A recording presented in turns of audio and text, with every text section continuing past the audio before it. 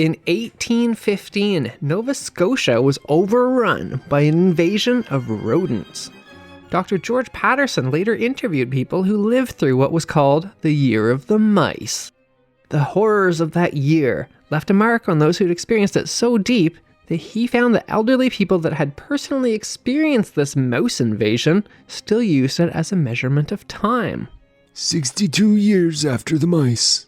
Dr. Patterson wrote that these had been no ordinary mice. They were very destructive and actually fierce.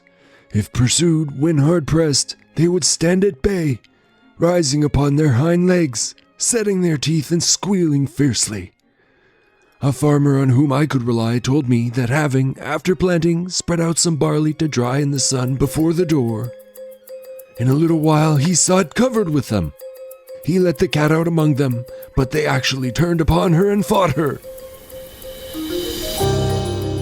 You're listening to Backyard History, the hidden stories that happened in your own backyard, the podcast version of the weekly history column running in newspapers across the Maritimes, with your host and author, Andrew McLean.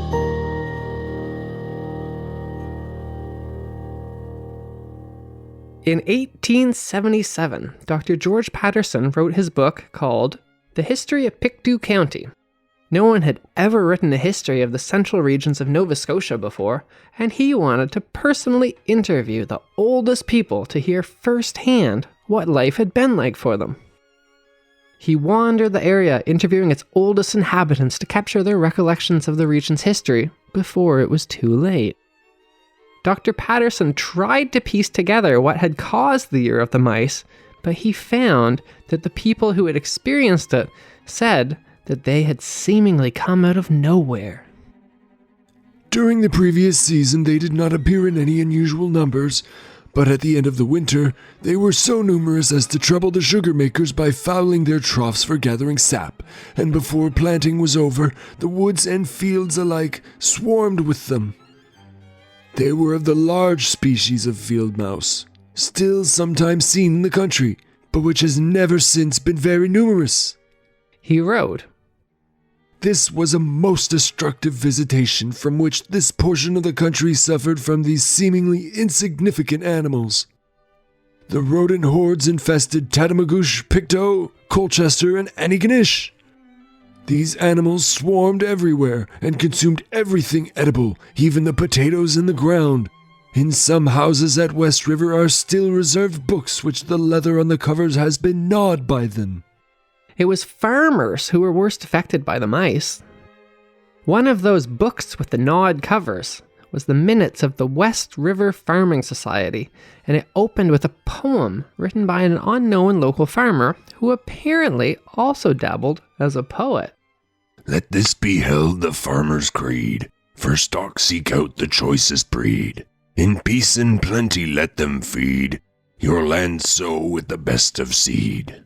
Let it not for dung and dressing want, and then provisions won't be scant. However, that year, the mice ate all of the seeds which had been planted that spring, causing a crop failure. Dr. Patterson interviewed one woman who was by then 90 years old, who recalled that she could barely walk because she was so weak from hunger. While for most of the Maritimes, being ravaged by plagues of mice was certainly not common, strangely enough, it actually was fairly common across the Northumberland Strait, in PEI.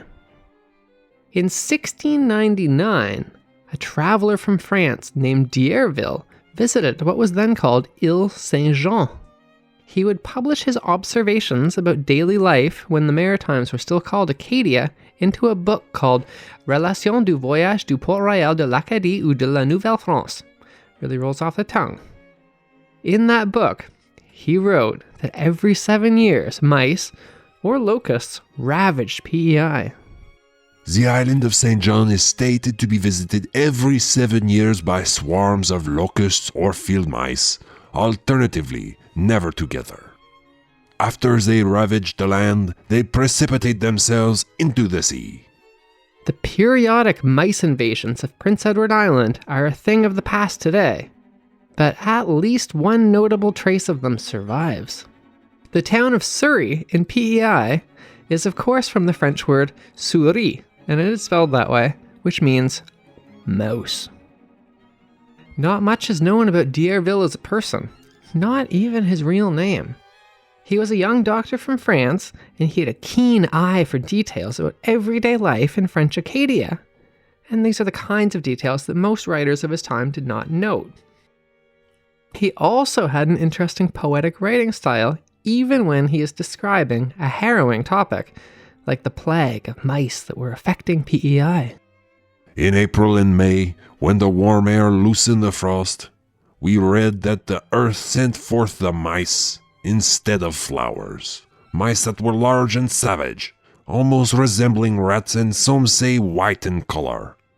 They increased at an alarming rate until in August they were as thick as grasshoppers and destroyed everything eatable and that was not carefully protected. Grain, vegetables, and shrubs alike disappeared before their ravages until the fields were as bare as a board. While it's unlikely there is ever a good time for a rodent invasion, 1815 was a distinctly bad time. The Maritimes had profited immensely the previous 3 years as the British and the Americans fought the War of 1812. Ships, forts, and barracks were constructed. The price of farmers' produce shot up, workers' wages rose, and there was a sharp and lucrative jump in the prosperity throughout the entire Maritimes region. When peace was signed that spring, though, it brought with it a deep Maritimes-wide recession. John Young's Letters of Agricola noted that Peace came and at once dried up all the sources of this artificial prosperity. Real estate fell almost in an instant. Trade declined. Land produce was lowered. Universal gloom settled over the province. many decades later, in 1892, the Intercontinental Railway published a little booklet called Forest, Stream, and Seashore for tourists visiting the Maritimes. Perhaps startlingly, because tourists are not really known for their fondness for mice infestations, this tourist brochure wrote in some detail about what they called Annomarium, which is Latin for Year of the Mice. Comparing it to the plagues in the Bible. An army of mice marched over Colchester, Pictou, and Antigonish counties, eating everything before it as it advanced. It was a veritable plague, as serious for a time as that of the frogs sent upon the land of Egypt, and which has had nothing to compare with it in the province in more recent times, with the exception of the invasion of the armyworm. Dr. Patterson wrote that while the mice had been bad during the spring and the summer of 1815, it was that autumn that they truly became a plague. It was when the grain began to ripen that their destructiveness became especially manifest. They then attacked it in such numbers they have been known to cut down an acre in 3 days, so that whole fields were destroyed in a short time. Over acres and acres they left not a stalk standing, nor a grain of wheat to reward the labors of the farmer. They burrowed in the ground and consumed the potatoes. Cats, dogs, and martens gorged themselves to repletion upon them, but with little seeming diminution of their numbers. Trenches were dug and filled with water, but they formed but a slight barrier to their progress. In the end, the crops failed, and starvation loomed over central Nova Scotia. However, it was averted by a large and expensive donation by the governor, Sir John Cope Sherbrooke. The following year, the governor died, and farmer Nathaniel Simon wrote a letter to the Acadian Reporter newspaper on behalf of the people of Antigonish to express their gratitude. He wrote that before the governor's donation had arrived, Upwards of 500 souls had nothing to subsist on but the very scanty allowance of milk their cows afforded them. as autumn began to turn into winter, Dr. Patterson wrote that the mice passed away as rapidly as they came.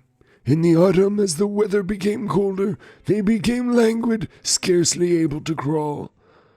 One could trample them under his feet, and finally they died in hundreds, so that they could be gathered in heaps, and their putrefying carcasses might be found in some places in such numbers as to taint the air. Just like the French writer d'Iberville had written over 200 years earlier, at the end of the season, the mice went to the sea to die. Dr. Patterson wrote, "At Cape George, they went to the water, and there died, forming a ridge like seaweed along the edge of the sea, and codfish were caught off the coast with carcasses in their maws." While the mice invasion had ended, things would not get any better for a couple of years. In fact, things would actually get much worse before they got better. As all of this was happening, a massive volcano erupted in Indonesia, sending an entire plume of smoke and ash into the sky, which covered the entire world. For the next year, it would block out the sun, causing darkness during the day and snow in the middle of summer all over the planet. You can hear all about those 1816 events in the Backyard History podcast episode called The Year Without a Summer. That was Backyard History with your host, Andrew McLean. Thanks for listening, and stay tuned for another hidden story that happened in your own backyard.